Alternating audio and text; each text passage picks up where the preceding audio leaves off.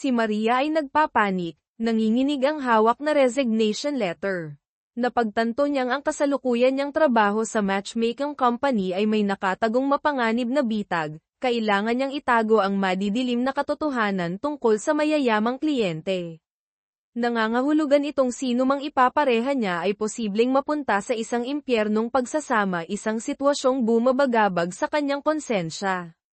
Kabalintunaan, sa mismong araw na nagpa siyang umalis, doon niya natuklasang siya pala ang pinakakawawa. Habang lulugo-lugo sa kawalan ng trabaho, desperado niyang tinawagan ang kanyang gwapong fiancé, si Marco, ang lalaking pinagkatiwalaan niya ng lubos. Ngunit tanging mahahabang dial tone ang sumagot. Hindi pa man humuhupa ang pagkabigla, isang malamig na tawag ang dumating mula sa real estate company. Ibinenta na ni Marco ang kanilang conjugal house na pinagsikapan nilang itayo, at naglaho na parang bula. Sa sandaling iyon, pakiramdam ni Maria ay tumangkad siya ng 1 metro, hindi dahil sa saya, kundi dahil sa hindi nakikitang sungay na isinuot sa kanya ng kasintahan. Ang tiwala niya sa mga lalaki at ang pangarap sa isang masayang pamilya ay nadurog na parang abo. Ang modernong buhay ay sadyang naghasik ng libu-libong dahilan sa mga kabataan para mag-alinlangan sa pag-aasawa. Yung mga walang stable na trabaho, pakiramdam nila'y masyado pa silang mapaglaro. Yung mga may maayos ng trabaho, iniisip namang baka pabigat lang ang asawa at anak. Si Maria, sa edad na 29 ngunit single pa rin, ay kabilang sa pangalawang grupo. Pinili niya ang buhay dalaga, ibinubuhos ang lahat para sa sarili at personal na karera. Malinaw ang plano niya, mag-ipon ng bawat piso, para pagdating ng retirement ay malaya siyang makakapag-travel sa magagandang beach ng Palawan.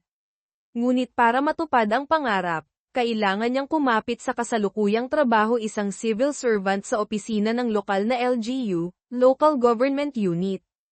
Madalas sabihin, ang pagiging kawani ng gobyerno ay nasa ilalim ng lipunan, kakarampot ang sahod, walang kapangyarihan, at madalas pang sumalo ng sama ng loob mula sa mga tao. Minsan pa nga, nabuhusan siya ng isang balde ng maruming tubig ng isang galit na mamamayan. Samantala, sa munisipyo, nag-scroll sa social media si Mayor Guzman nang manlaki ang kanyang mga mata sa isang viral campaign, isang kapwa mayor ang naging matagumpay sa pag-oorganisa ng matchmaking program para sa mga single na kabataan, na umani ng sandamakmak na likes at mainit na suporta. Umusbong ang inggit, si Mayor Guzman, na ayaw magpatalo, ay agad nagpas siyang gumawa ng katulad na programa, para maibalik ang kasikatan at mapadali ang daan para sa nalalapit na re-election. Sa isang iglap, inilabas ang utos. Sa buong gusali ng LGU kung saan nagtatrabaho si Maria, nagkalat ang mga poster ng Operation Connect Hearts. Ngunit si Maria, na binabagabag pa rin ng balde ng maruming tubig at gulo sa opisina, ay walang pakialam. Ang amoy ng amag at hindi kanais-nais na hangin ay nananatili pa rin kahit naglinis na sila. Hindi pa tapos ang problema. Ang kanyang department head, na hindi makita si Maria, ay tumawag at natuklasang ang ringback tone na itinakda niya para sa numero nito ay tahol ng aso. Kahit pilit na ngumiti ng mabait, ang hepe, na kilalang hindi pumapatol sa maliliit na bagay, ay sinamantala ang pagkakataon para anyayahan si Maria na ilabas ang kanyang saloobin. At hindi siya nag-atubili, nagbuhos ng mahabang litanya ng mga hinaing at sisi sa kanyang hepe sa gitna mismo ng opisina. Nawala ang ngiti nito. Nang mapagtanto ni Maria na lumampas na siya, tanging isang pilit na tawa na lang ang nagawa niya. Ang resulta, isang mabilis na transfer order, si Maria ay na-promote sa matchmaking office na itinatag lang kaninang umaga. Pagpasok sa bagong opisina, isang masamang kutob ang gumapang kay Maria. Ang mga bago niyang katrabaho, may malapit nang mag-retire, may naghihintay ng maternity leave, at isang intern na naghihintay ng resulta ng civil service exam. Alam ni Maria, kailangan niyang sariling sikap dito. Bumalik ang masakit na alaala, 3 taon na ang nakalipas sa dati niyang matchmaking company, ang patakarang kailangang magsinungaling para sa kliyente, at ang resulta ay isang babaeng binugbog ng asawa hanggang ma-hospital matapos niyang ay pareha. Hindi kailanman nawala ang takot na iyon. Ang pagtataksil ni Marco ang nagtulak sa kanya sa nakakainip na trabahong ito, umaasang makahanap ng kapayapaan. Ngunit ngayon, pinaglalaroan siya ng tadhana, ibinabalik siya sa mismong props yung kinamumuhian niya. Kasabay nito, si Mayor Guzman, habang humihigop ng noodles at nanunood ng balita, ay biglang nagkaroon ng isang matapang na ideya. Ang balita ay tungkol kay Cardo, isang mangingisda sa isla, sikat dahil sa medyo mailap nitong hitsura at, pangmatagalang, pagiging single. Sabi-sabi tatanda siyang binata. Kung mahahanapan natin ng asawa si Cardo, bulong ng mayor sa sarili, tiyak na sisikat tayo. Agad-agad, ipinatawag ni Mayor Guzman ang isang pulong sa opisina ni Maria. Si Cardo, isang social media phenomenon, ang pangunahing target. Ang pagkabigo ay nangangahulugan ng PR disaster. Si Maria at ang kanyang, kulang-kulang, na team ay hindi pwedeng mabaygo.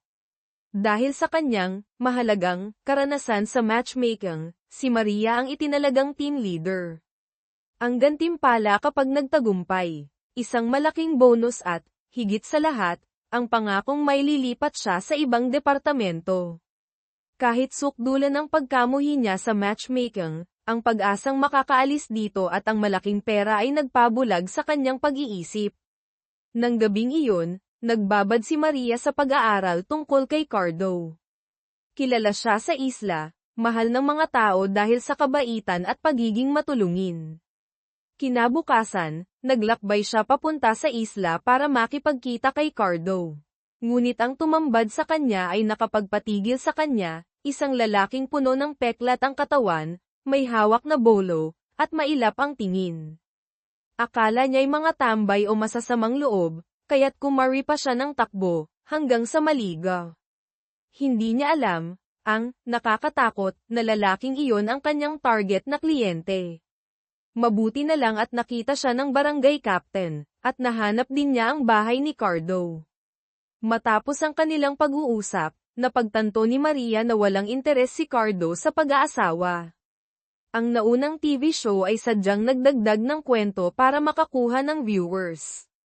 Kahit paulit-ulit na tumatanggi si Cardo, hindi sumuko si Maria, dahil siya ang natatanging pag-asa niya. Nakiusap siyang makituloy ng isang gabi para magkaroon pa sila ng oras na mag-usap. Nang gabing iyon, inihanda siya ni Cardo ng masaganang hapunan na puro lokal na pagkain. Namangha si Maria sa galing niyang magluto, ngunit ang presensya niya ay nagdulot ng kuryosidad sa dalawang pamangkin ni Cardo, na naghinalang siya ang mapapangasawa ng kanilang tito. Pagkatapos kumain, lumabas sila para mag-usap. Sa isang sandali ng kahinaan, naikwento ni Maria ang panloloko ni Marco, na siyang dahilan kung bakit nawalan siya ng tiwala sa pag-aasawa. Frank kanyang sinabi na ang tanging problema lang siguro ni Cardo ay ang panlabas na anyo at ang kulot na buhok, dahil mabuti naman siyang tao. Muli niyang sinubukang kumbinsihin si Cardo na sumali sa programa, ngunit tumanggi pa rin ito. Malungkot niyang iniwan ang application form at umalis. Naiintindihang pamilya at komunidad ang prioridad nito. Ngunit laking gulat niya, makalipas ang ilang araw, nagbago ang isip ni Cardo at ipinadala pabalik ang napunan ng form. Kasabay nito, isang kaguluhan ang nangyari sa opisina. Si Marco, ang walang hiyang ex-boyfriend, ay biglang sumulpot, nagpipilit na sumali sa matchmaking team ni Maria ayon sa rekomendasyon mula sa itaas. Paglabas ni Maria ng opisina, natigilan siya nang magkasalubong sila ni Marco sa lobby. Hindi napigilan ang galit, sinampal niya ito ng malakas, sa kabiglang hinayla ang braso ni Cardo, na nagkataong naroon para isumite ang form, at nagdeklara, "Pasensya na, ikakasal na ako." Natulala si Marco, tanging palom na lang ang nasabi bago umalis. Si Cardo naman ay naguguluhan. Akala'y gusto talaga ni Maria na pakasalan siya, masayang nagtanong kung kailan ang kasal at nagmamadaling umuwi para ibalita sa mga taga-nayon. Pagbalik sa opisina, Doon lang nalaman ni Maria na si Marco pala ang bago niyang katrabaho, at si Cardo ay kliyente lang pala. Gulong-gulo na ang lahat. Nang gabing iyon, habang kumakain sa paboritong kainan ng kanyang best friend, naalala ni Maria na naiwan niya ang cellphone sa opisina. Pagbalik niya para kunin ito, nakasalubong niya ulit si Marco. Sinubukan siyang pigilan nito, pero malamig siyang umiwas. Totoo kayang nagsisisi ito, o isa lang siyang playboy na may pamilya na pero gusto pa ring manggulo? O may iba pang nakatagong dahilan? Kinabukasan, lumipat si Cardo kasama ang dalawang pamangkin sa pansamantalang tirahan para sa mga kasali sa programa. Habang naglilinis si Maria ng kwarto para sa kanila, sumulpot na naman si Marco, nag-aalok ng tulong. Nainis si Maria, iniabot sa kanya ang wales, at umalis. Dumating si Cardo at ang mga pamangkin, sumaya ang paligid ng magustuhan ng mga bata ang bago nilang kwarto. Nagkaroon sila ng maliit na salo-salo. Paghahatid ni Cardo kay Maria pauwi, nasalubong na naman nila si Marco. Agad na umakto si Cardo bilang protective na asawa, iniharang ang braso kay Maria, hinawakan ang kamay nito na parang nagpapakita kay Marco. Hindi alam na si Marco pala ang bagong hepe ng proyekto. Para hindi mapahiya, nakipagkamay na lang si Cardo kay Marco saka hinayla paalis si Maria. Sa opisina, nagsimula na ang paghahanap ng kapareha para kay Cardo. Gusto nila ng magandang simula, pero ang listahan ng mga kandidato ay nakakaloka, isang mayamang byuda na naghahanap ng batang jowa. Isang gold digger na gusto lang sustentuhan ng boyfriend. Matapos tanggalin ang halos lahat, isa na lang ang natirang potensyal na kandidato, si Jasmine. Nasa kanya na ang lahat ng pag-asa. Nang marinig ang isang katrabahong nagkukwento tungkol sa asawa nito, biglang naalala ni Maria ang 3 taon na nakalipas, kung paanong si Marco ay maalagang nagluluto para sa kanya pagkatapos ng nakakapagod na araw sa trabaho. Sakto namang tumawag si Cardo, nakikipagkita para bukas para maghanda sa unang opisyal na date. Masayang pumayag si Maria. Nagsimula ang kanilang practice date. Ang pananamit ni Cardo ay isang fashion disaster na nagpawis kay Maria sa pag-aalala. Matapos ang mahabang pagpili, nakahanap din sila ng maayos na damit. Bago umuwi, banili na ni Maria si Cardo ng kung ano-ano, nagbiroan pa sila. Mula sa malayo, tahimik na nagmamasid si Marco, komplikado ang ekspresyon. Kinabukasan, si Isabela, kapatid ni Marco, ay pinipilit din ng ama na maghanap ng mapapangasawa, at humihingi ng tulong sa kuya. Mukhang may backer din pala si Marco. Nirentahan niya ang buong coffee shop, kumuha ng mga taong magpapanggap na staff at customer para magmukhang natural. Si Isabela ay naghihintay sa stoplight ng may construction worker na aksidenteng nakahulog ng gamit mula sa itaas. Swerte namang naroon si Cardo, na bagong ayos ang buhok para sa date, at siya ang sumalo ng hard hat, at sumunod pa ang isang balde ng maruming tubig. Ang damit na inihanda para sa date ay nasira na. Nag-alala si Isabela, ngunit mas inintindi ni Cardo ang maliit na galos sa kamay nito. Mabilis siyang nagbigay ng ilang band-aid at nagmamadaling umalis para makaligo, kahit na gusto pa sana siyang pasalamatan ni Isabela. Nang makita si Cardo na bumalik sa dati niyang kulot na buhok at maruming anyo, napailing na lang ang team ni Maria. Ngunit dumating na si Jasmine, kaya't kailangan nilang ituloy. Medyo awkward ang date, pero sa hindi malamang dahilan, nagkasundo sila, na maging magkaibigan na lang. Nang gabi ring iyon, inimbitahan ni Maria si Cardo sa paborito nilang kainan. Ang dahilan pala kung bakit sila, hindi nag-click, ay simple lang, gusto ni Jasmine na ang hapunan ng pamilya ay pribado para sa kanilang dalawa lang, habang si Cardo ay naniniwalang ang pagkain ay para ibahagi sa lahat, mula pamilya hanggang kapitbahay. Kasabay nito, niyaya ni Isabela si Marco na kumain ng Chicken Joy. Sa kanilang pag-uusap, nabunyag ang katotohanan, 3 taon na ang nakalipas, ang babaeng nakita ni Maria na kasama ni Marco ay si Isabela pala. Hindi maintindihan kung bakit hinayaan lang ng magkapatid ang hindi pagkakaunawaan. Pinayuhan ni Marco ang kapatid na maghanap na ng asawa, ngunit nagreklamo si Isabela, hindi niya alam kung ang mga lalaking lumalapit ay dahil sa kanya o sa yaman ng pamilya nila. Bakit hindi ka nalang humanap ng mabait na tao sa kalye? Pabirong sabi ni Marco. Ang imahe ng mabait na si Cardo ay biglang sumagi sa isip ni Isabela. Kinabukasan, habang namamasyal si Cardo kasama ang dalawang pamangkin, nakita nila ang isang school bus na nasaroon sa gitna ng daan. Dahil sa likas na kabaitan, hindi siya nag-atubiling tulungan ang guro na ihatid ang mga bata papuntang paaralan. Ang paglalakbay ng mangingisda sa paghahanap ng pag-ibig at ang paglalakbay ng kawani ng gobyerno sa paghilom ng puso ay marami pang hindi inaasahang kabanata. Ang eksena ng kabutihan ni Cardo sa mga bata ay agad na nakaagaw ng pansin sa daan. Kabilang sa mga nakakita ay si Isabela, na nagkataong napadaan, at si Maria, na naroon din sa malapit na may komplikadong tingin. Pag-uwi, mabilis na kumalat sa mga news site ang mga litrato ni Cardo kaninang umaga. Doon lang napagtanto ni Isabela na ang mabait na lalaking iyon pala ang tumulong sa kanya, isang masayang ngiti ang biglang sumilay sa kanyang mga labi. Samantala, sa matchmaking office, hindi mapakali ang team ni Maria.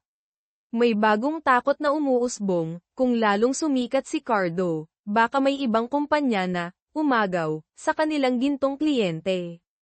Walang pag-aalinlangan, agad na tumakbo si Maria papunta sa bahay ni Cardo.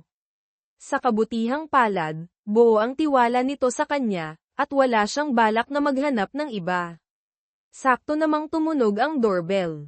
Ang nasa labas ay walang iba kundi si Isabela.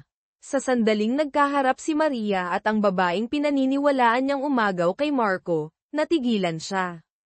Ngunit mas lumala pa ang sitwasyon nang biglang sumulpot din ang, maltong hindi matahimik, na si Marco, na parang ayaw palampasin ang eksena. Kahit sa pinakamalalang bangungot, hindi inakala ni Maria na mangyayari ang ganitong kabalintunaan, isang eksenang mahigit 2 taon niyang pinilit kalimutan.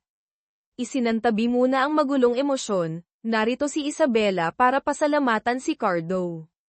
Pagkatapos magpasalamat, agad na inaya ni Marco ang kapatid na umalis.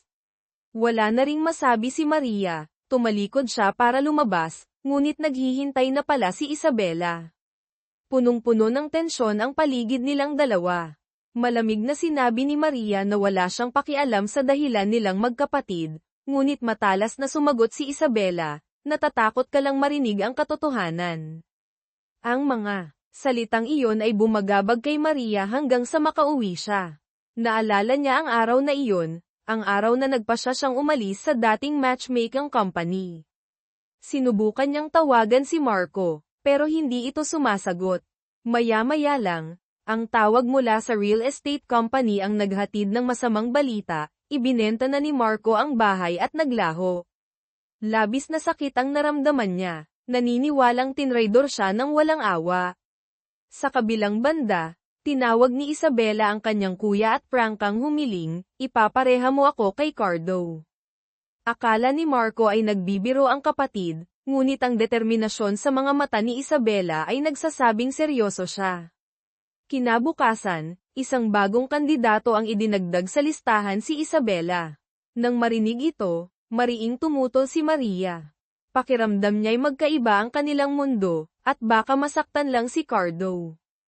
Ipinagtanggol naman ni Marco ang kapatid, iginiit na mabait si Isabela at walang problema sa pagpapares sa kanila. Nang marinig ang taksil na pinupuri ang kabit sa isip ni Maria, bilang mabait, nag-init ang ulo ni Maria, nagbuga ng galit kay Marco, sinabing huwag na itong magpanggap na nag-aalala, at umalis. Samantala, natuklasan ni Cardo ang isang sobre ng pera sa loob ng fruit basket na bigay ni Isabela. Nagpasya siyang isauli ito. Nang malaman niyang darating ang lalaking nagugustuhan niya, masayang lumabas si Isabela para salubungin ito. Pagkakita pa lang, diretsong iniabot ni Cardo ang sobre. Akala ni Isabela ay tatanggihan niya ito, ngunit sinabi ni Cardo, hindi sapat to, na nagpatigil kay Isabela ng ilang segundo. Akmang kukuha pa sana siya ng karagdagan nang magpatuloy si Cardo, buong sinseridad, hindi sapat, dahil ang pasasalamat na mula sa puso ang tunay na walang katumbas. Nako naman, Cardo, huwag ka nang banitin-bitin sa susunod, nakakakaba. Dahan-dahan niyang inilagay ang sobre sa kamay ni Isabela at tumalikod. Nang makatagpo ng isang bihirang lalaking hindi materyoso, napangiti si Isabela, at naisip, siya na nga ang tipo ko.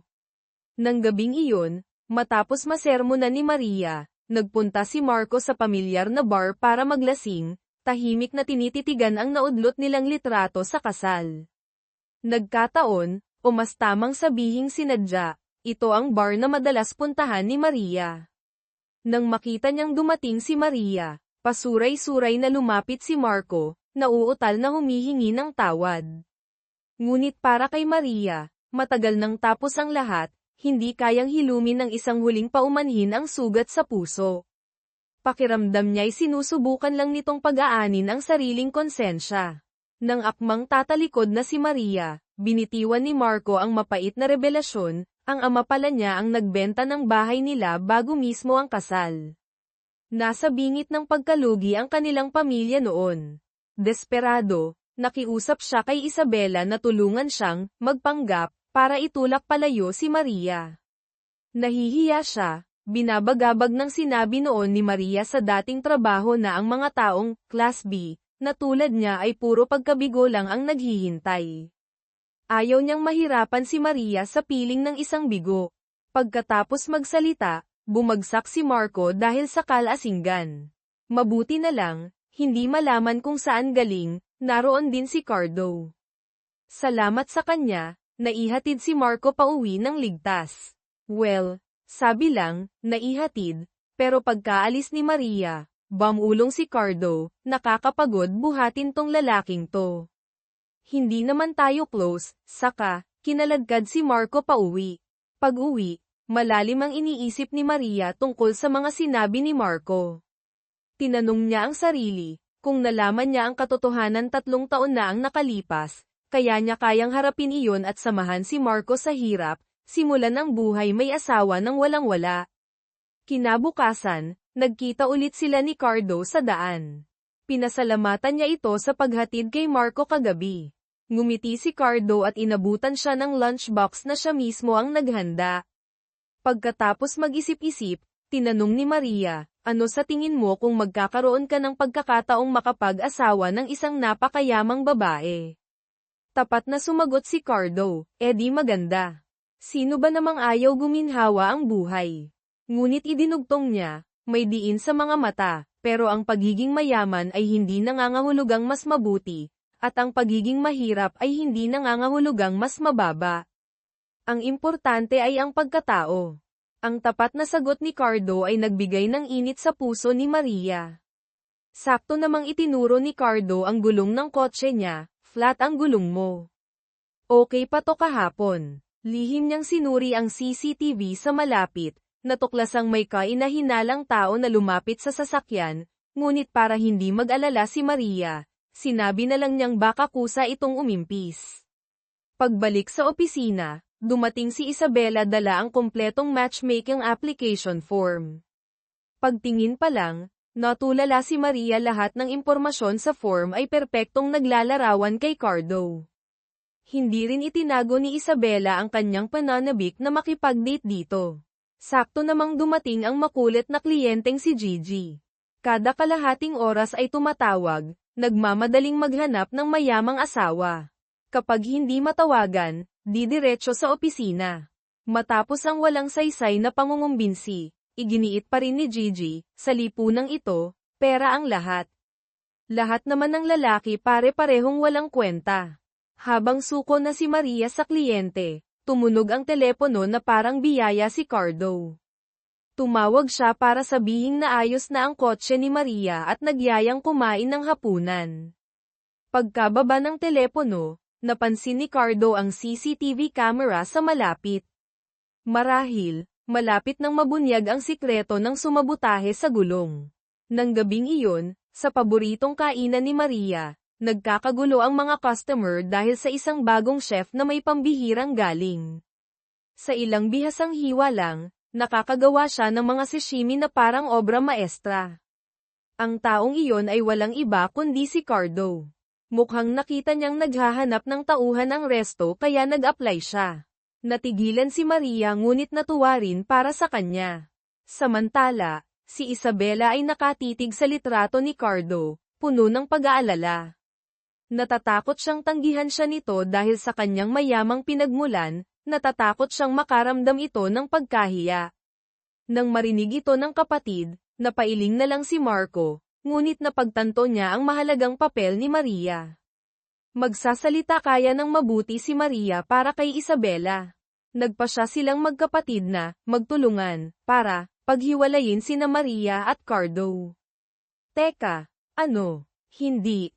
Marahil ay magtulungan para itulak sina Isabela at Cardo sa isa't isa. Pagkatapos ng trabaho, prank ang kinausap ni Maria si Cardo tungkol kay Isabela. Wala siyang pakialam sa yaman o pinagmulan nito. Ang gusto niyang malaman ay kung anong klaseng tao si Isabela.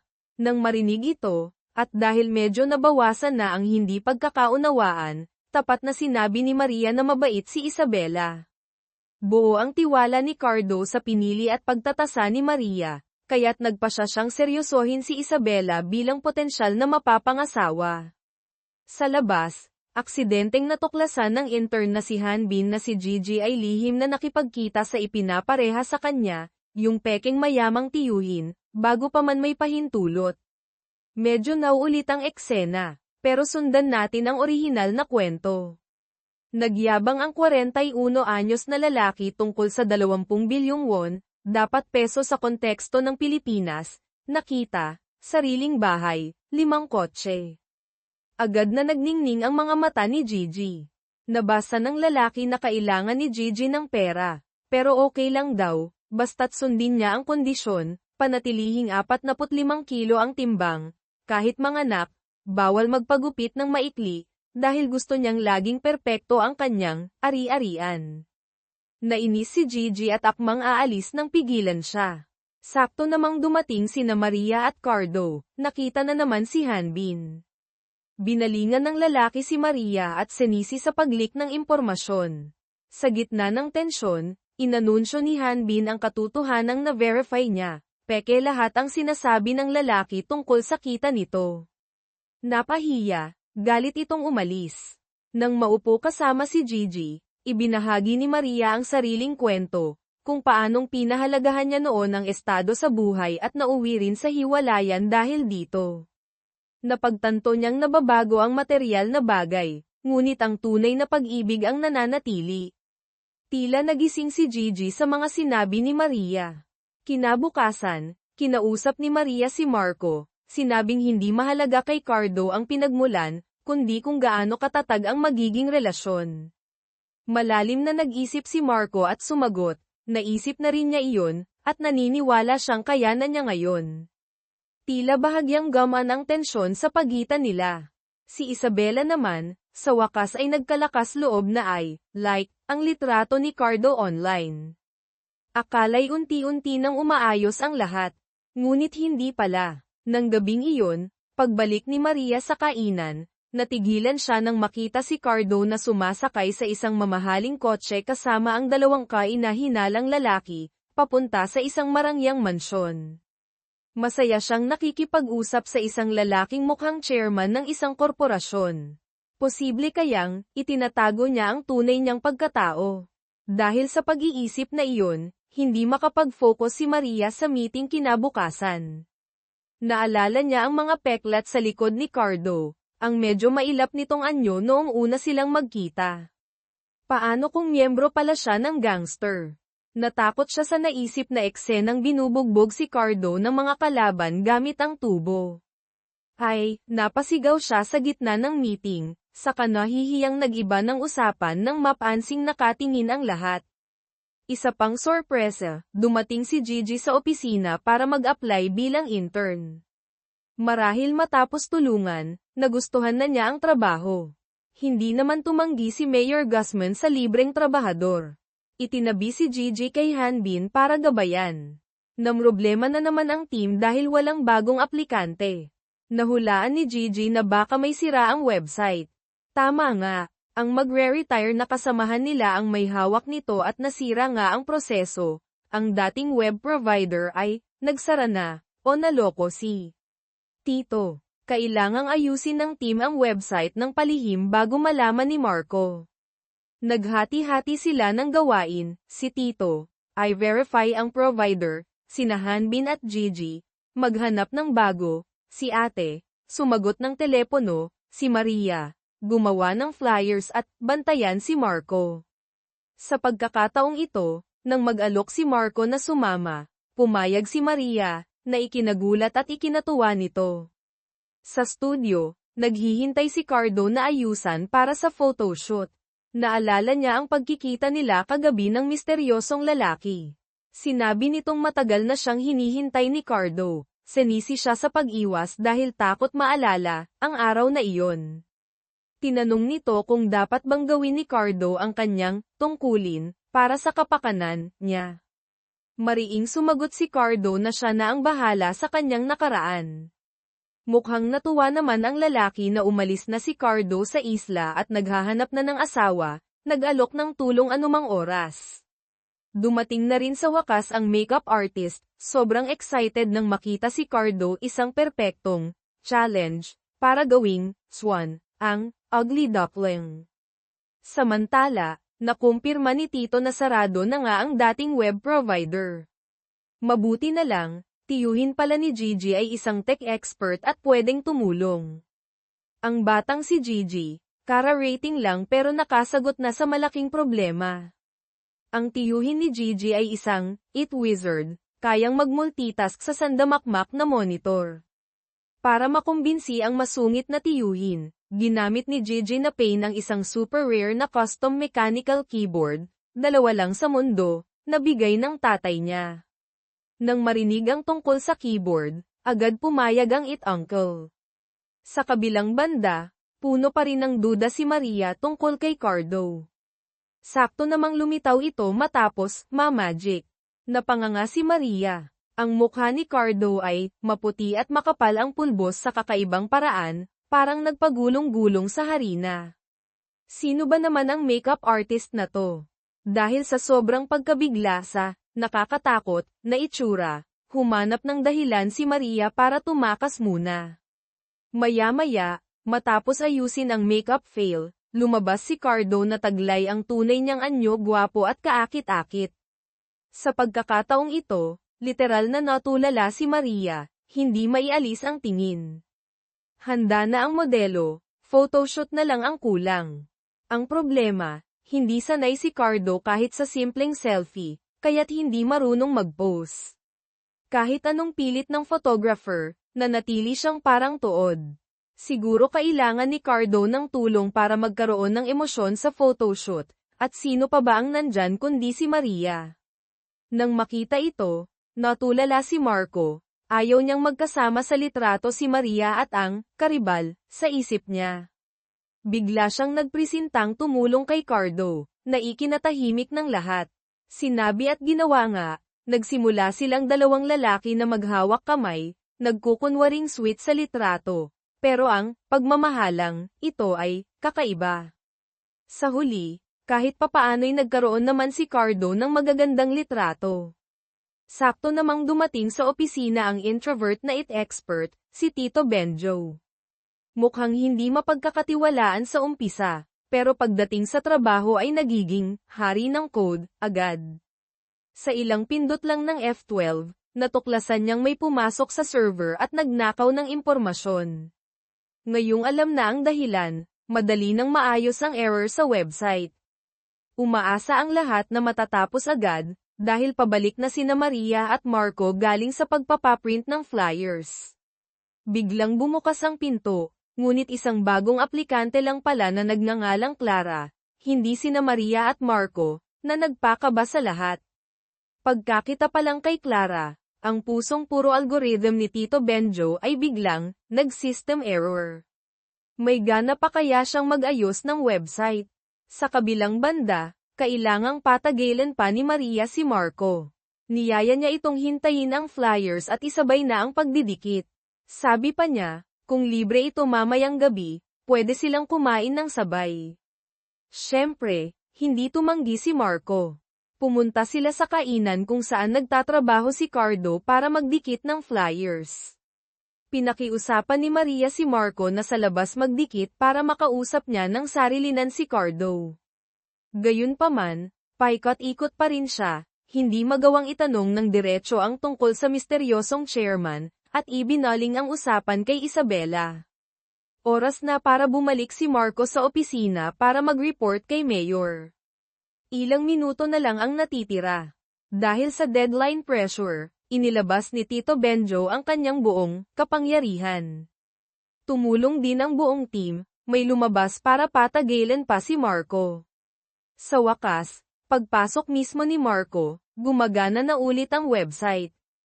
Natanggap agad ni Cardo ang match notification mula kay Isabela, pero hindi pa niya ito ina-accept.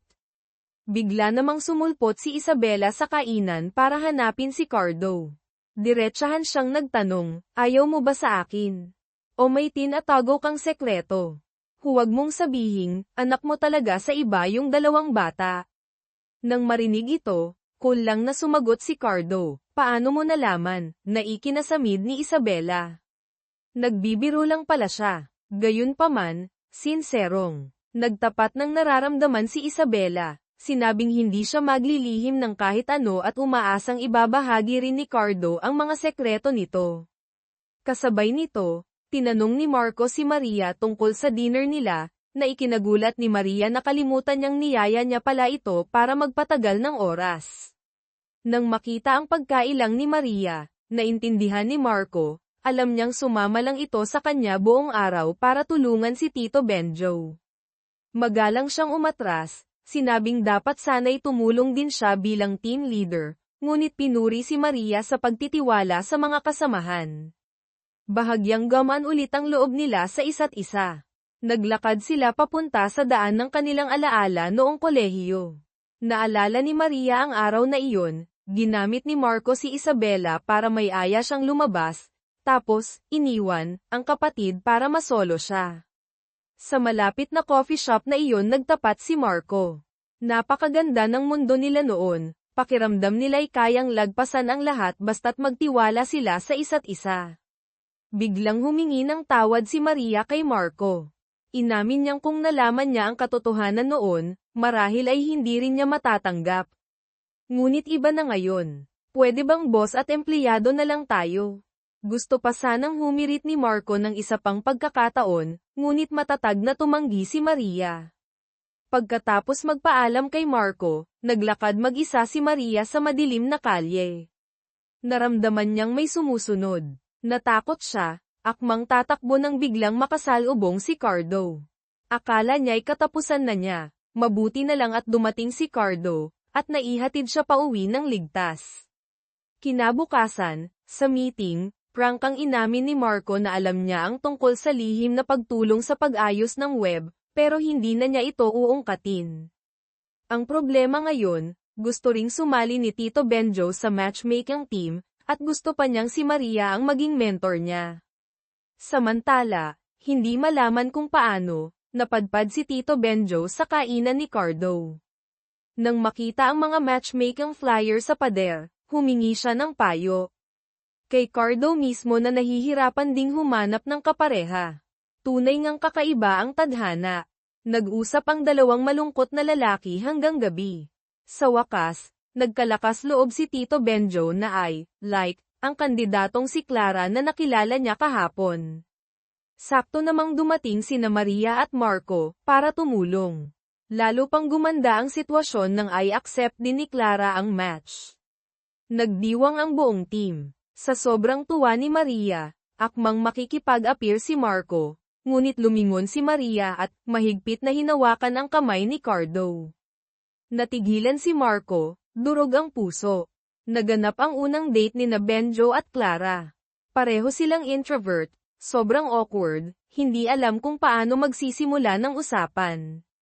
Ngunit lumabas na kasing kaba rin pala ni Benjo si Clara. Nakakatuwang panoorin ang dalawang Thunders na malapit ng mag-30 na mas mahiyain pa sa mga elementarya, pero sobrang cute. Dahil sa kakaibang pagkakasundo ng kanilang personalidad, unti-unti silang nagbukas ng loob. Sa wakas, nagkaroon ng unang matagumpay na pares ang matchmaking team. Nang gabing iyon, pag-uwi ni Cardo, nagulat siyang broken-hearted ang kanyang pamangking babae. Pagkatapos mag-usap, sinabi ng bata ang isang makahulugang linya, sa pag-ibig, importante ang tamang timing. Para iyong bambilyang lumiwanag sa isip ni Cardo. Agad siyang tumakbo para hanapin si Maria at magtapat. Gayunpaman, bago pa man makapagsalita, may napansin siyang kaina-hinalang tao sa malapit, hinabol niya ito ngunit hindi naabutan. Nang dumating si Maria, nakita niyang nanginginig si Cardo, kaya't niyakap niya ito ng mahigpit. Kasabay nito, si Isabela, habang tinitingnan ang lumang social media ni Cardo, ay natuklasang hindi pala ito nakatira sa isla 5 taon na ang nakalipas. Ano ba talaga ang tunay na pagkatao ni Cardo at bakit napaka-misteryoso? Hindi malaman kung sino ang nakaaway ni Maria, ngunit may nag-spray paint ng pulang, umalis ka.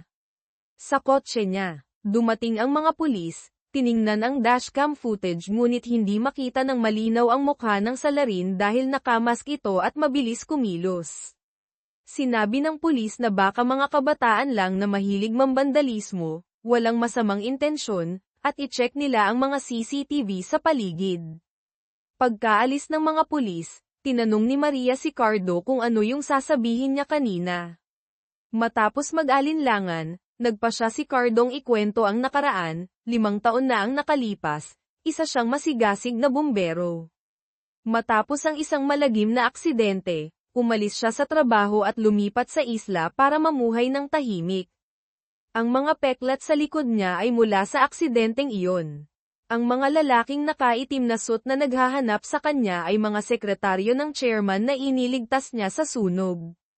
Nang marinig ang kwento, labis na naantig si Maria. Pareho silang may dalang multo ng nakaraan. Naniniwala siyang tama ang ginawa ni Cardo, isa siyang bayaning nagligtas ng buhay, hindi gangster. Nagpasalamat siya sa pagtitiwala ni Cardo na ibahagi ang pinakatatagong sekreto. Nito, gabi na, kailangan ng umuwi ni Maria. Bigla niyang naalala ang mainit na yakap ni Cardo kanina. Kinabukasan, dinala ni Maria ang kotse sa Tollier. Sinabi ng mekaniko na masyado ng luma ang sasakyan, kahit ayusin ay masisira lang ulit sa ibang parte, mas mabuting bumili na lang ng bago para sumigla ulit ang puso. Naintindihan ni Maria ang ibig sabihin na pati pag-ibig at mga bagay ay may expiration date. Mahirap man iwanan ang mahahalagang alaala, hindi rin dapat palampasin ang mga bagong kilig. Tiningnan niya ang kanyang lumang kotse, malalim ang iniisip. Pagdating sa opisina, naroon na si Isabela. In-accept na pala ni Cardo ang match. Sobrang excited ni Isabela, gusto nang mag-set ng date agad-agad, saka mabilis na umalis na parang hangin, na nagpaiwan kay Maria na pakiramdam ay wala siyang silbi bilang tagapamahala. Sakto namang dumating si Marco na may magandang balita, nagpa siya si Mayor Guzman na taasan ang budget ng team bilang pagbati sa unang successful match, at kasabay nito'y hinihimok silang madaliin ang pagpapares kina Cardo at Isabela. Si Cardo naman ay nasa presinto, nagtatanong tungkol sa investigasyon. Mukhang maingat ang salarin, sinira ang mga CCTV bago kumilos at nawala sa blind spot. Kahit may isang video na nakakuha ng imahe, matatagalan pa ang analysis. Hinanap ni Maria si Cardo sa kainan pero wala ito. Habang kausap ang kaibigan niyang may-ari ng resto, napaisip siya kung ano ba talaga ang motibo ni Isabela. Isinantabi ang pag-iisip, tinawagan ni Maria si Cardo para i-schedule ang date nila ni Isabela sa weekend. Nilinaw niyang hindi siya pupunta, is-send na lang niya ang oras at lugar. Nagbatian sila ng mapayapang weekend. Umaasa si Maria na magtatapos ang linggo na may magandang balita mula kay Cardo. Dumating ang araw ng date. Sinundo ni Isabela si Cardo gamit ang kanyang luxury car. Sa loob ng sasakyan, Dahil laging tapat si Isabela, gusto ring maging tapat ni Cardo. Sinimulan niyang ikwento na dati siyang bumbero. Ngunit bago pa man masabi ang dahilan ng pag-alis, sabik na nagsalita ng tuloy-tuloy si Isabela, na natabunan ang sasabihin niya. Pumunta sila sa isang napaka-eleganteng restaurant na walang katao-tao. Nagtataka pa si Cardo kung bakit walang customer, baka malugi na sila. Hindi niya alam na si Isabela pala ang nagpa-reserve ng buong lugar para sa kanilang privacy. Kasabay nito, naramdaman na naman ni Maria na may sumusunod sa kanya. Ginawa niyang pain ang sarili sa isang bookstore at nahuli ang lalaki. Matapos ang ilang pagtanggi, tumawag ito sa isang numero para i-report na nahuli na siya. Ang boses sa kabilang linya si Cardo. Sa sobrang pag-aalala sa kaligtasan ni Maria, pinakiusapan niya ang kaibigan na lihim na bantayan ito. Ngunit masyadong halata ang kaibigan niya. Nang marinig ang tawag ni Maria, napansin ni Isabela ang pag-aalala sa boses ni Cardo, tinanong niya kung may problema. Nang makitang laging si Maria ang iniisip nito, bahagyang nasaktan si Isabela. Buong date, laging nakatingin si Cardo sa cellphone na parang may hinihintay. Sa kabilang banda, kumakain mag-isa si Marco sa resto nang biglang dumating si Maria kasama ang bodyguard nito. Akala ng may-ari ng resto ay bagong kadate ito ni Maria, kaya't pinaalis muna niya si Marco para makipaglaro sa mga pamangkin ni Cardo at mabigyan sila ng privacy. Laking dismaya nang malaman niyang bodyguard lang pala. Nang malaman ang totoo, sinubukan na naman ng may-ari na i-recruit ang lalaki sa matchmaking program. Ngunit inamin nitong siya yung tipo na, mainit sa umpisa, malamig agad, mabilis magsawa. Agad na hinusgahan ng may-ari na hindi siya bagay sa kasal. Gayunpaman, mahusay pa ring mambola ang lalaki, kaya't kahit naiinis ay nagawa pa rin nilang magbiruan at mag-flirt. Pakiramdam ni Maria ay na out of place siya, bigla niyang naisip si Cardo, tila naghihintay din siya ng balita mula rito. Pagkatapos ng hapunan, sa kakapilit ni Isabela, napapayag din niyang pumunta si Cardo sa isang bar para sa round 2. Akala mo'y malakas uminom ang taga-isla, pero sobrang hina pala ng tolerance ni Cardo. Nakita ito ni Isabela, nagpanggap pa siyang lasing para alagaan siya ni Cardo. Tunay nga, pagkasama ang babae sa inuman, mahirap malaman kung sino ang tupa at sino ang lobo. Samantala, si Maria, dahil matagal nang hindi umuuwi si Cardo mula sa date, ay nagpunta sa bar para hanapin ito. Nakita niya ang eksenang maalagang inaalalayan ni Cardo si Isabela, na nagkukunwaring lasing. Hindi malaman kung bakit, isang kakaibang emosyon ang naramdaman niya, at bigla siyang lumapit sa kanila. Sakto namang dumating ang kaibigang bodyguard at pinigilan siya. Nangako ito kay Cardo na ihahatid si Maria pauwi kaya't nandito siya para paalisin ito. Mabuti na lang at may pumihil, dahil si Maria mismo ay hindi maintindihan ang kanyang gagawin sana. Kinabukasan, hindi malaman kung sino ang kumuha ng litrato ng date ni Cardo at Isabela at ikinalat ito online, na naging viral. Tuwang-tuwa si Mayor Guzman, ipinatawag si Marco para purihin.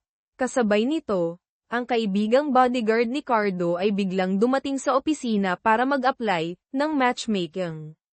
Ngunit mukhang gusto lang niyang subukan kung bagay ba siya sa kasal. Dahil sa kanyang pabago-bagong ugali, hindi na nakakagulat na tinanggihan siya agad. Nang gabing iyon, nasa bahay si Cardo nang may kumatok na pulis. Nakilala na nila kung sino ang nanira sa kotse ni Maria kaya't pumunta sila para ipaalam sa kanya. Pagkakita pa lang sa litrato, kahit nakamaskara, agad na nakilala ni Cardo kung sino iyon. Nagmamadali siyang tumakbo papunta sa bahay ni Maria. Kasabay nito, nakatanggap si Maria ng isang kaina-hinalang package.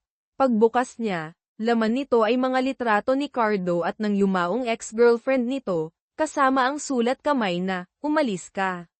Labis siyang natakot. Nasa daan si Cardo nang makita niya ang salarin, kapatid ng ex. Agad niya itong hinabol. Matapos ang mainit na habulan sa mga kalye, nahuli niya rin ito. Tama ang hinala ni Cardo. Mahal ng lalaki ang kanyang ate kaya't hindi niya matanggap na naghahanap na ng bagong kaligayahan si Cardo matapos nitong sabihing hindi na siya magmamahal ng iba. Si Maria ang pinuntirya niya dahil naniniwala siyang ito ang humila kay Cardo palayo sa tahimik na buhay sa isla. Masakit na sinabi ni Cardo na hindi niya kailanman nakalimutan ang ex, o mas tamang sabihing hindi niya kayang kalimutan. Palagi niyang sinisisi ang sarili sa pagkamatay nito. Ang kapatid pala ay hindi galit kay Cardo, ayaw lang niya itong magdusa magpakailanman, ngunit hindi rin niya kayang makita itong masaya sa piling ng iba. Sa sandaling iyon, lumapit si Maria, mahinahong nagsalita, bakit kailangang alalahanin magpakailanman ang isang malungkot na alaala? Lahat ng sakit ay may expiration date. Ang mamuhay ng miserable habang buhay ay hindi pagrespeto sa pag-ibig na lumipas. Nang marinig ito, humagulgol na parang bata ang lalaki. Pagkatapos ng insidente, nagpasya pa rin si Maria na ipaayos ang lumang kotse sa halip na bumili ng bago. Lahat ng bagay ay may katapusan, ngunit siya ang magpapasya kung kailan iyon darating. Bigla, habang nasa kotse sila ni Cardo, nakita ni Maria ang isang lalaki na kasama ang dalawang pamangkin ni Cardo papalayo. Walang pag-aalinlangan, lumabas agad si Cardo at hinabol sila. Halos malagutan ng hininga, natagpuan niya rin ang dalawang, makukulit, na bata na masayang kumakain ng bibingka na parang walang nangyari. Tinanong ni Cardo kung sino ang kasama nilang lalaki, ngunit umiwas ang dalawa, ayaw magsalita. Nainis si Cardo. Sakto namang dumating si Maria. Nang makitang galit si Cardo, dahan-dahan niyang inuwi ang mga bata. Hindi malinaw kung nag-aalala lang ba si Cardo o nakilala niya kung sino ang lalaking iyon. Kinabukasan, pumunta na naman si Maria sa isang matchmaking date. Mabait naman ang lalaki, pero bukod sa mabait ay, medyo kakaiba ang itsura, magkalayo ang mga mata. Ang resulta ng date na ito ay alam na natin. Pagbalik sa opisina, dumagsa ang mga reklamo tungkol sa mga bigong pagpapares. Biglang pumasok si Mayor Guzman na puno ng pag-asa. Pinipilit ang team na gawin ang lahat para magkatuluyan sina Cardo at Isabela para mapalakas ang kanyang kampanya. Mas tumindi ang pressure sa balikat ni Maria at ng buong team. Sinabi rin ni Mayor Guzman na tutuparin niya ang pangako kay Maria, kung magiging matagumpay ang kampanya, ibig sabihin, magkakatuluyan sina Cardo at Isabela, may lilipat siya ng pwesto. Ngunit paliit ang posibilidad na ito, dahil kahapon, inindiyan ni Cardo ang lakad nila ni Isabela para puntahan si Maria nang ito'y nasa panganib. Pagkatapos ng utos ng mayor, agad na kumontak ang isang TV station, gustong mag-exclusive interview kina Cardo at Isabela para sa promo. Medyo nag-alala si Maria sa simula, dahil pangalawang formal na pagkikita pa lang nila ito. Ngunit mabilis na pumayag si Isabela, na parang gustong ipagsigawan sa buong mundo na, taken, na si Cardo. Sa kasalukuyan, nakikipaglaro si Isabela sa dalawang pamangkin para makapagluto si Cardo.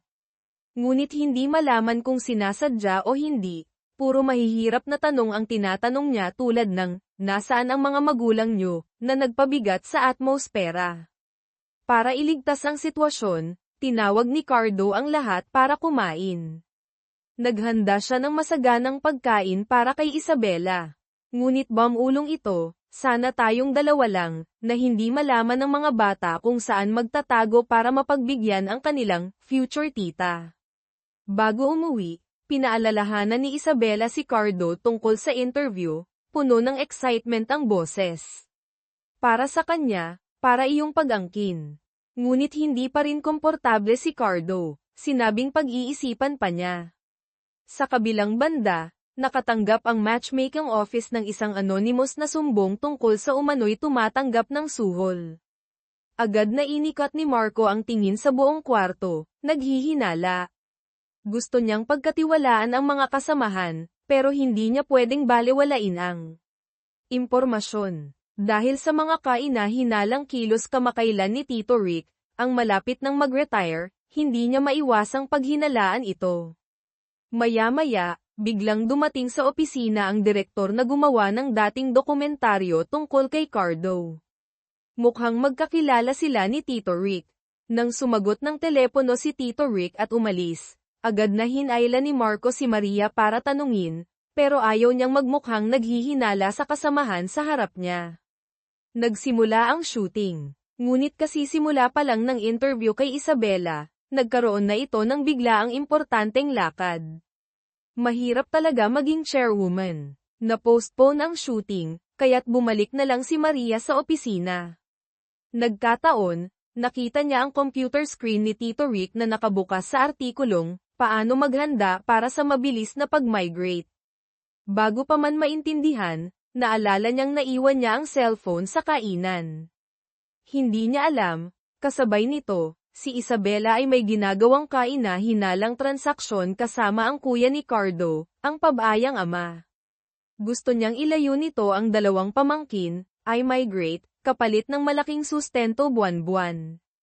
Posible kayang si Tito Rick ay kasabwat ni Isabela sa pag-aayos ng mga papeles. Sakto namang pagbalik ni Maria sa kainan para kunin ang cellphone, naabutan niya ang eksena. Kinwestiyon niya si Isabela kung bakit nito ginagawa iyon. Malamig na sumagot si Isabela, "Huwag ka nang mabuhay sa ilusyon, Maria. Ang pagsasama niyo ni Marco ay nabigo dahil sa mga praktikal na problema. Gusto kong simulan ulit ang lahat na kaming dalawa lang." Ang mga salitang iyon ay nagdulot ng malalim na pag-iisip kay Maria. Nang gabing iyon, nanood siya ng balita tungkol sa mga naghihiwalay dahil sa pera. Naalala ang sinabi ni Isabela. Pero paano nahanap ni Isabela ang kuya ni Cardo? Bigla niyang naalala ang mga kaina-hinalang kilos ni Tito Rick. Kinabukasan, may lihim na pinuntahan ulit si Tito Rick. Sinundan siya ni Maria, ngunit nagulat siyang makasalubong si Marco, sinusundan din pala nito si Tito Rick. Sa kakalingon, nawala nila ang matanda. Maya-maya, nakatanggap si Marco ng anonymous na litrato ni Tito Rick na tumatanggap ng sobra, kasama ang mensaheng, "Corrupt na matchmaking group, buwagin na." Agad niyang pinuntahan si Tito Rick, naabutan itong may kausap sa telepono. Yun pala, sinusubukan lang ni Tito Rick na humingi ng sponsorship mula sa malaking korporasyon ni Isabela. Para sa matchmaking group, dahil praktikal ang pag-aasawa, gusto niyang magkaroon ng pondo para suportahan ang mga mag-asawa sa kanilang mga gastusin. Nang maintindihan ang mabuting intensyon, agad na humingi ng paumanhin sina Maria at Marco sa paghihinala. Ngunit sino ang nagpadala ng anonymous na paninira? Samantala, ipinatawag si Maria ng mayor para purihin dahil sa tagumpay, ang pagpapares kina Benjo at Clara. Ipinakita nito sa kanya ang transfer order. Pwede na siyang mag-impake. Tuwang-tuwa si Maria at nagpasalamat sa mayor. Sa wakas, makakaalis na siya rito. Umaasa siyang magiging masaya rin si Cardo. Nagsushoot ang team ng dokumentaryo sa kainan ni Cardo nang biglang dumating si Isabela, kahit wala ito sa plano. Kahit awkward, kailangang ituloy ang shooting. Iminungkahi ng direktor na kunan sina Cardo at Isabela na nag-iinuman. Dahil na late, tatawagan sana ni Cardo ang mga pamangkin, ngunit hindi sila sumasagot. Nang makita ito, sinabi ni Maria na siya na ang pupunta sa bahay nila. Pagdating doon, nakakita si Maria ng isang sulat sa mesa, "Dadalhin ko ang mga bata sa mas magandang lugar, para mabuhay ka ng sarili mong buhay." Yun pala, plano lahat ni Isabela. Ang biglaang pagdating niya sa resto ay para pigilan si Cardo na makauwi, para mabigyan ng pagkakataon ang kuya nitong itakas ang mga bata. Inihahanda na ng pabayang ama ang dalawang anak para sa isang boarding school sa ibang bansa, walang balak na alagaan sila. Mabuti na lang, nasa airport na si Maria at nailigtas ang mga bata. Pagbalik sa resto, lasing na si Cardo dahil kay Isabela. Galit na lumapit si Maria, gustong iuwi agad si Cardo. Sinabi ng diretsahan kay Isabela, "Hindi ka nakarapat-dapat para sa kanya." Sakto namang nakatanggap si Isabela ng text mula sa kuya ni Cardo na nagsasabing bigo ang plano. Kahit alam niyang alam na ni Maria ang lahat, Nagmatigas pa rin si Isabela, binal ang huwag, lumampas sa limitasyon ng isang kawani ng gobyerno. Tinangka niyang gamitin ang kapangyarihan para puwersahin si Maria, ngunit hindi natinag si Maria. Binalaan niya ito pabalik, sa kwartong ito, ako lang ang nakakaalam ng lahat. Kung ayaw mong malaman ni Cardo ang lahat, tumigil ka na. Pagkatapos, ay nalalayan niya si Cardo pauwi, iniwan si Isabel lang tulala. Pagkatapos alagaan si Cardo at ang mga bata, nagising ang panganay na pamangkin, bamulong kay Maria, ate, huwag niyo pong sabihin kay Tito ang nangyari ngayon. Tumango si Maria, nangakong maglilihim. Kinaumagahan, nagtanong si Cardo kung anong nangyari kagabi, pero kaunti lang ang sinabi ni Maria. Matapos siyang tulungan na mahimasmasan at ibili ng almusal, pumasok na si Maria sa opisina. Nag-e-excite ang lahat na i-promote ang tambalang Cardo Isabela nang pumasok si Maria at pinatigil ang lahat. Hinayla siya ni Marco palabas para mag-usap. Hindi pa niya alam ang ginawa ng kapatid, sinisi si Maria sa pagiging padalos-dalos, pagpapatigil ng shooting at promo nang hindi nagpapalem. Nagalit si Maria, sinagot si Marco, ikaw ang team leader pero pinagdududahan mo ang desisyon ng miyembro mo. Sa totoo lang, may mali rin si Maria dahil hindi siya nagpaliwanag. Hindi na makasagot, diretsahang tinanong ni Marco, may gusto ka ba kay Cardo? Maya-maya, nasa opisina na sila ng mayor, humihingi ng paumanhin dahil hindi na maitutuloy ang pagpapares kina Cardo at Isabela. Nagboluntaryo si Maria na manatili sa team para humanap ng mas angkop na kapareha para kay Cardo. Pumayag ang mayor, ngunit nagbabala na kung mabibigo ulit, hindi na niya tutuperin ang pangako. Sa kabilang dako, nasa opisina si Isabela nang makatanggap ng tawag mula sa kuya ni Cardo. Kahit bigo, gusto pa rin siyang kikilan nito, nagbabantang isisiwalat ang katotohanan kay Cardo. Ngunit hindi niya alam, nahanap na sila ni Cardo.